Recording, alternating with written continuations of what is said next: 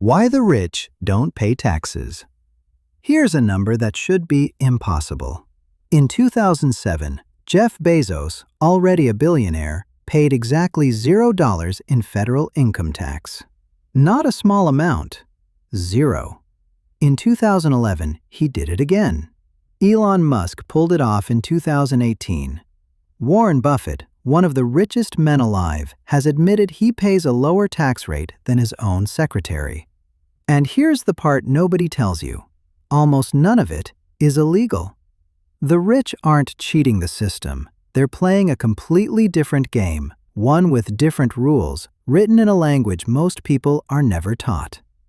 Today, I'm going to teach it to you in 7 minutes. Let's start with the trick that makes everything else possible. You pay taxes on your income. Your salary lands in your account, and before you ever touch it, a slice is gone. That's the deal for almost everyone on Earth. But billionaires don't really have income, not in the way you do. Their wealth isn't a paycheck, it's stock, ownership. When Amazon's share price climbs, Bezos gets richer by billions. But in the eyes of the tax code, nothing happened, because he didn't sell. And here's the golden rule of the entire game. A gain on paper is not taxed until you sell it. It even has a name, unrealized gains. Your house going up in value, a stock you're still holding. The wealth is real. You can see it. The world counts it. Magazines rank it. But legally, it doesn't exist yet. So a man can get $10 billion richer in a single year and owe nothing, while a nurse pays tax on every shift she works. But wait. If they never sell, how do they buy anything? The yachts, the mansions, the islands. Where does the cash come from? This is the masterpiece. 3 words. Buy, borrow, die. Step 1. Buy. Build or acquire assets that grow. Companies, stock, real estate. Step 2. Borrow. Instead of selling stock and triggering tax, you walk into a bank and borrow against it. The stock is your collateral. And because you're worth $50 billion, the bank gives you a loan at an interest rate ordinary people can only dream of. Here's the magic. Loans aren't income. You don't pay a cent of tax on borrowed money. So the billionaire lives on loans, millions a year in spending cash, while the fortune sits untouched, growing faster than the interest costs. Step 3. Die. This is where it gets almost unbelievable. When the billionaire dies, those assets pass to their children. And under a rule called the stepped-up basis, the slate is wiped clean.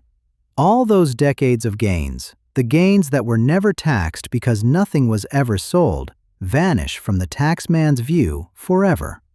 The kids inherit at today's value, as if the profit never happened. The loans get paid off from the estate. The cycle restarts. Buy, borrow, die. An entire lifetime of billion-dollar gains, and the income tax bill can round to 0. And that's just the engine.